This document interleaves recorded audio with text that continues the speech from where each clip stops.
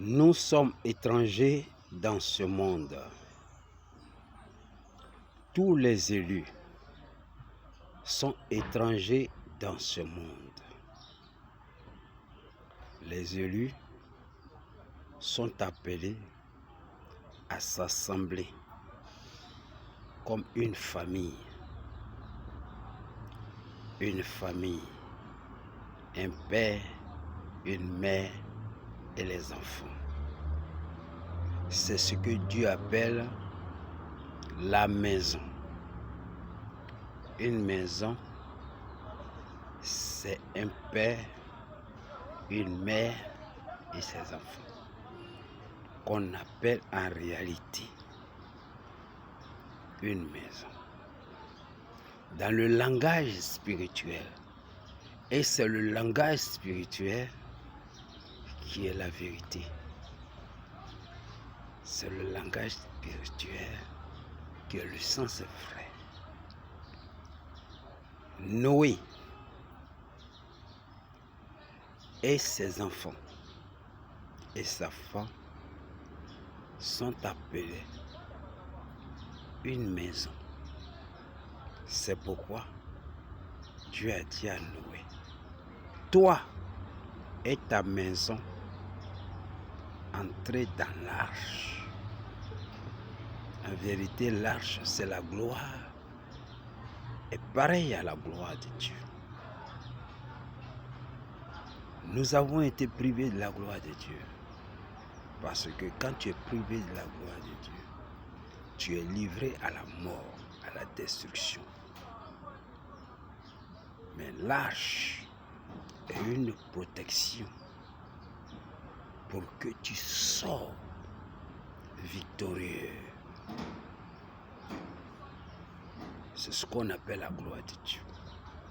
La gloire de Dieu, c'est la protection pour que ceux qui s'y demeurent soient victorieux. C'est ce qu'on appelle la gloire de Dieu. Jésus disait, si tu crois, tu verras la gloire de Dieu. Cela veut dire, tu sortiras victorieux. Tu sortiras victorieux. Alors, la révélation des mystères, si je veux en parler et passer vite, vous ne pouvez pas comprendre. Je prends un mot et je l'explique. Ici, je suis en train de vous expliquer la gloire de Dieu. La gloire de Dieu, c'est l'approbation de Dieu. C'est la protection de Dieu. C'est là où l'on reconnaît, comme Dieu dit à Abraham, je suis ton Dieu. Il dit, je suis ton Dieu et je suis le Dieu de ta postérité. Bien vrai que le Dieu d'Abraham et de sa postérité est le Créateur. Mais là, il ne parle pas que je suis ton Créateur, mais il dit je suis ton Dieu.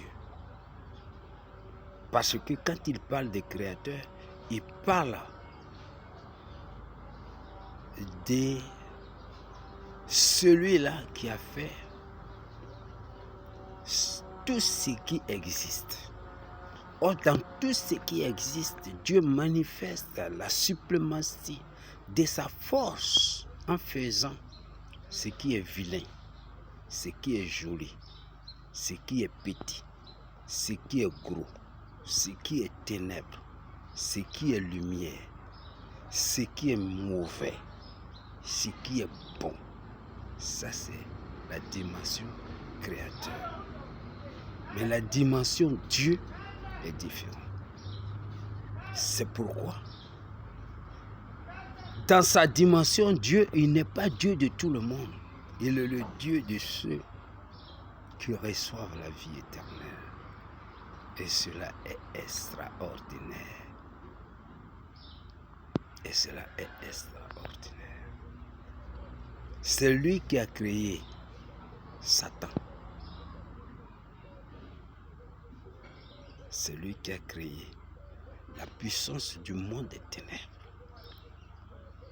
C'est lui qui a créé les ténèbres. C'est lui qui a créé aussi la puissance du royaume des lumières.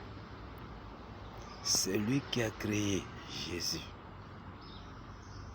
C'est lui qui a créé ce qu'on appelle le royaume des cieux et qu'il appelle lui-même sabbat, le repos. Le repos. Voilà. Donc ici, c'est pour vous dire que le Dieu créateur, quand il dit qu'il est le créateur, cela veut dire qu'il parle de son autorité, de toute sa puissance, qui peut faire tout ce qui existe. Mais quand il parle de Dieu, il ne parle plus de tout ce qui existe, mais il parle de tout ce qui subsistera. C'est là qu'il parle de je suis Dieu. Donc le mot Dieu veut dire celui à qui nous nous confions. Si tu te confies à la nourriture, ton ventre devient ton Dieu et ton argent devient ton Dieu. Mais si tu te confies à celui qui a dit à Abraham, je suis ton Dieu, tu parles du Dieu qui rachète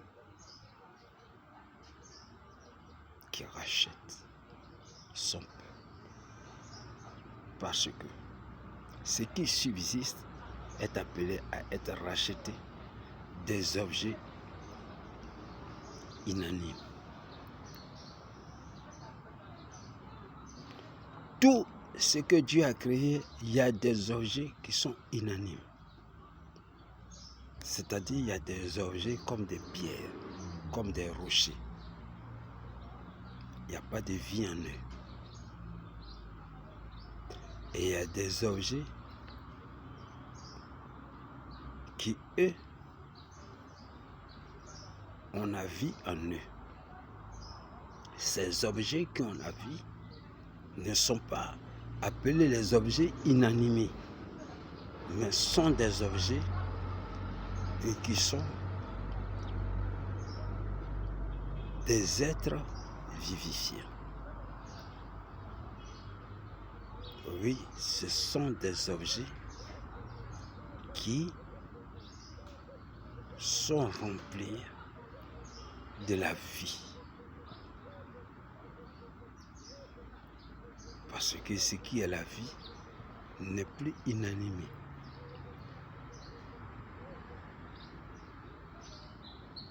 Ce qui est inanimé, c'est ce que